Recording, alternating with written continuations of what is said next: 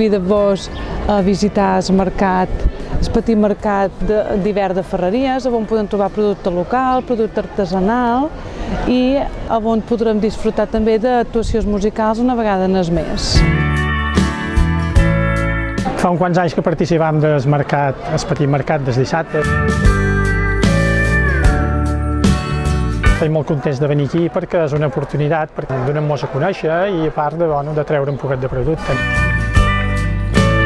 Per nosaltres està molt ben posat, dona ambient en el poble, en la banda del comerç, ve gent de fora, quan hi ha turistes ho valoren i la veritat és que estem contents. Després hi ha també verdures i fruites i tota aquesta cosa, no? Nosaltres fem pastes i productes de reposteria menorquina. En aquest moment són 8 puestos. El que passa és que en l'estiu després són molt més, no? Perquè venen gent de fora i tal, no?